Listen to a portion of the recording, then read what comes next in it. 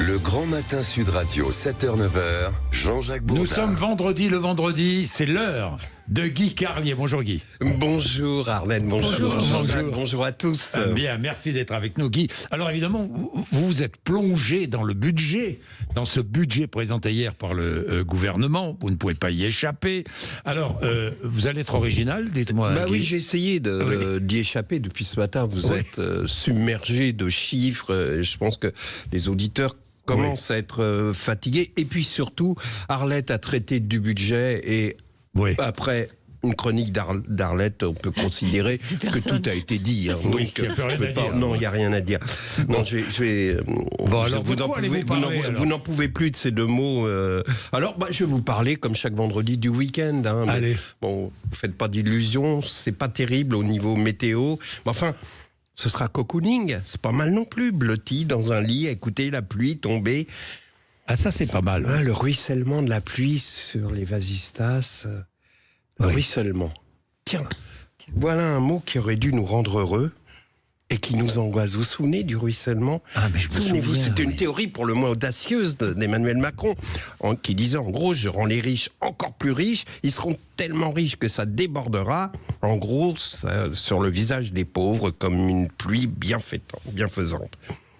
Alors, comme sur le plan météorologique, il y a probablement eu des grands dérèglements parce que c'est la sécheresse pour les pauvres, la sécheresse totale. Ils ont attendu en vain que coule sur leur visage l'excédent de richesse. Alors ça y est, j'ai encore fait une digression. Mais avouez que le mot ruissellement était tentant. Oui, non, mais non seulement il est tentant, mais il est important parce il nous que remet dans l'actualité. Pour en revenir au budget de Michel Barnier, en gros, il a dit le ruissellement, c'est terminé. En gros, il a dit Macron s'est foutu de vous avec cette histoire de ruissellement. Vous avez pu constater que c'est bidon, c'est terminé. On va changer de méthode. Avec mon budget, les riches continueront à être riches, faut pas déconner quand même, mais les pauvres, on va juste limiter leurs besoins pour qu'ils n'aient pas besoin de ruissellement. En lisant ce que je viens de vous dire, je m'aperçois que je m'emporte bêtement comme un humoriste de France Inter. Je vous avais promis de ne pas tomber dans une polémique budgétaire stérile et je vois que vous vous apprêtez, chers auditeurs, à partir vers d'autres stations. Mais on vous parlera sur ces autres stations du budget d'une façon encore plus pénible. Tiens, en venant ici, j'ai zappé sur les autres stations, justement. Je ne vais pas vous donner le nom, mettons les initiales, RTL. Et j'ai entendu Moscovici, président de la Cour des comptes, du Haut Conseil des Finances. Il n'y a pas au-dessus. Hein. Il y a pas au-dessus. Comme dit l'autre, au-dessus, c'est le soleil. Hein. Premier président de la Cour des comptes. Il y a deuxième, troisième. C'est comme les Miss. Il y a des dauphines. On ne sait pas le nom des dauphines, d'ailleurs. Enfin, bref. Très sévère, Moscovici, à l'égard de ceux qui ont creusé cette dette, ce déficit, qui, d'un ton docte et calme, impressionnant, a expliqué qu'il fallait dire la vérité et ne pas faire, comme on le fait depuis tant d'années, une fuite en avant. Il était bien, Moscovici, pas comme un de ces ministres des Finances irresponsables qui a laissé filer la dette. Comment? Ah bon, il a été ministre des Finances pendant 2 ans, 2014-2016. Et pendant sa prise de fonction, pendant qu'il était en fonction, la dette a pris 200 millions en valeur absolue, 200 milliards, est passée de 2,5 points en valeur relative du produit intérieur brut. C'est-à-dire que grâce à lui, on est passé en gros de 92% à 95% du PIB. C'est un peu, vous allez me dire, alors Moscovici, premier président de la Cour des comptes, ministre des Finances qui a laissé filer, c'est un peu comme si on nommait Dutroux directeur de la protection de la petite enfance, vous voyez. Eh bien, c'est sévère. Parce que depuis 20 ans, tous ceux qui ont été ministres du budget et des finances ont creusé la dette, pratiquement. Sauf Thierry Breton. Voilà, sauf Thierry Breton. Mais c'est vrai. Oui, c'est vrai. Que je reçois tout à l'heure. Que vous recevez tout à l'heure. J'allais vous le dire mais je voulais pas faire. Donc ça, c'est bien, on va gagner du temps. C'est vrai. Mais les autres, c'est pas terrible. Et alors, il y a des noms, on en parlera si vous voulez dans notre discussion. Il y a des noms assez savoureux et il y a notamment un tandem parce que il y a le ministre des Finances et le secrétaire d'État au budget. Hein. Et alors, vous avez un combo particulièrement savoureux, Christine Lagarde et Éric Woerth. Oui. Alors eux, ils ont fait un strike en 3 ans, 300 millions. 300 milliards 300 milliards, bien sûr, et 3,5% d'augmentation. Voilà. Autrement dit, tout à l'heure, je vous disais que premier président de la Cour des comptes, c'est un peu la Miss France financière. Hein. Christine Lagarde a été nommée présidente du FMI. De la BCE, on peut dire que oui. on a une Miss Monde de la finance. Il y a franchement de quoi être fier. Non, j'adore. Non, mais là, j'adore. Oui, il a raison. Oui, il a raison. Tous ceux qui donnent des leçons aujourd'hui ont oublié leur passé. Oui, alors il y a ceux qui ont traversé des crises. Hein, si on parle de Nicolas Sarkozy, bien sûr, il y a eu une crise financière. En 2008. Donc, voilà, 2008. Et puis il y a eu ceux qui ont eu à gérer le Covid. Là, la dette, c'est vrai aussi. Non, mais c'est vrai aussi. C'est vrai. Et la vraie question est de demander à Thierry Breton comment on convainc un président de la République qu'il faut effectivement faire très attention et réduire les déficits. Oui. Intéressant. On écoutera sa réponse. Je prends la question.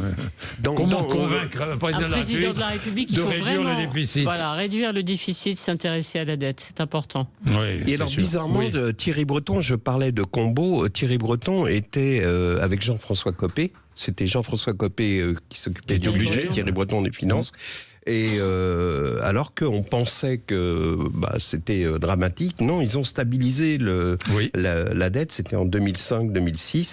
Alors par contre, on a des Fabius qui étaient pas mal. On a qu'est-ce que je pourrais vous dire, du Barouin, ça a été court, du Pécresse, pareil, en un an, elle a fait hop.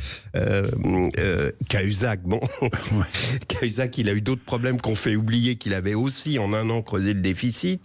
Cazeneuve, le recours. Le recours, Cazeneuve, c'est le recours de la go. Bah oui, c'est là, sérieux, etc. Et allez, il creuse le déficit. Donc, il faut que ces gens-là se souviennent.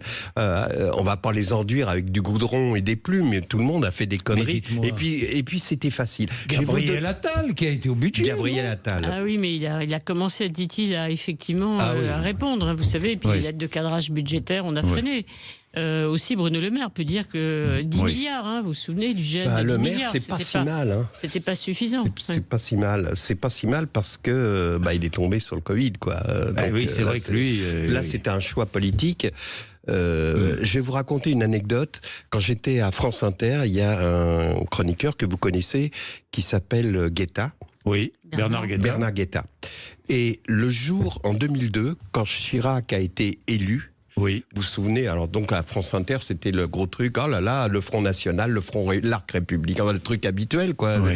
Et personne n'a vraiment lu le programme de Chirac. Et Guetta est venu me voir et il m'a dit, là, il a choisi de laisser filer la dette. Jamais on rentrera à l'époque dans les 3%, vous vous souvenez, les fameux 3%, critères de Maastricht. Personne s'en est préoccupé, souvenez-vous. Ça n'a jamais été à l'ordre du jour. Il y a donc là des responsabilités terribles dans le passé. C'est très intéressant. Le rappel, comme ça, des uns et des autres. Hein, ça met chacun devant ses responsabilités. Oui, mais ils oublient. Hein, ce que j'attends beaucoup, ce sont les mémoires peut-être de Bruno Le Maire, le prochain livre. Comment il racontera comment, peut-être lui aussi, voyant les prévisions assez alarmistes venant de ses services, n'a pas réussi pour le coup à convaincre le président, qu'il fallait freiner. Un freinage d'urgence, avait-il dit, lorsqu'il a gelé 10 milliards.